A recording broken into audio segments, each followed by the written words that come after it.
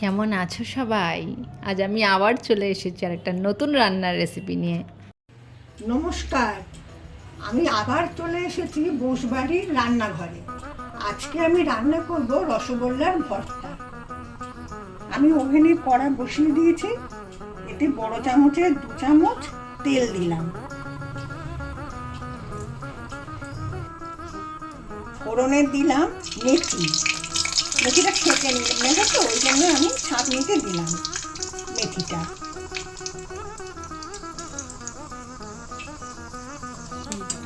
এটা তুলে নিলাম, নাহলে তুলতে সময় লাগে, ছেঁকে তুলে নিলাম। মেথিটা হয়ে গেছে।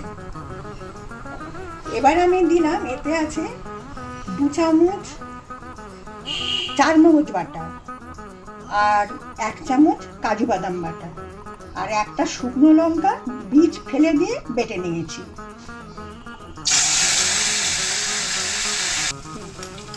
একটুখানি রেখে নিয়ে ওই কাজু, চারমগজ আর বীজ ছাড়ানো লঙ্কার বাটাটা দিয়ে একটু ভেজে নিলাম। নিয়ে একটু নুন দিলাম আন্দাজ মতো। এতে দিলাম টমেটো সেদ্ধ করে বাটা, আর একটা ছোট এলাচ, 2টো লবঙ্গ, একটু দারচিনি।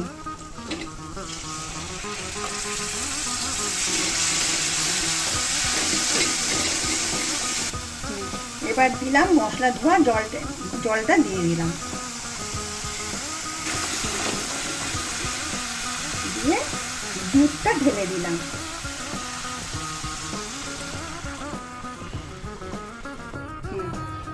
এতে 1 গ্লাস মতন দুধ দিয়েছি। এবার ফুটলে তারপর রসগোল্লাগুলো দেব। রসগোল্লাগুলো বারবার জলে ডুবিয়ে চিপে চিপে নিয়েছি। নিয়ে তারপরে প্রায় 4-5 ঘন্টা জলে ভিজিয়ে রেখেছিলাম। এবারে ফুটে উঠলো, একটু তেলও ভেসে উঠেছে।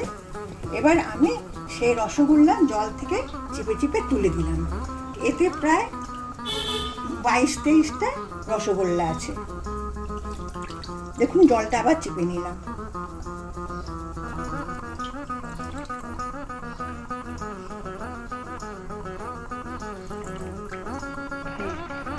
এবার দেখুন ফুটে উঠেছে পুরোটা।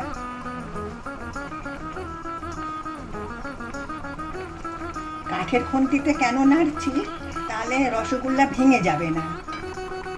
এরপরে আমি দিলাম দুধে ভেজানো কেশর।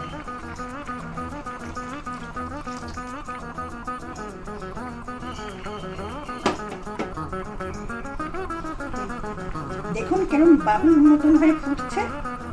এখন একটু নুনটা চেক করে নেবেন। এরপরে আমি দিয়ে দিলাম একটুখানি মাখন।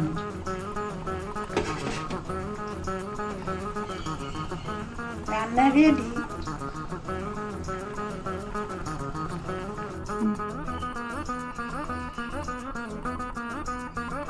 রসগোল্লার ভর্তা তৈরি। আপনারা সুখে থাকুন, ভালো থাকুন। আবার কিছুদিনের মধ্যে আমি আসব নতুন কোনো রান্না নিয়ে। নমস্কার। কেমন লাগলো রসগোল্লার ভর্তা? কমেন্ট বক্সে জানাবে।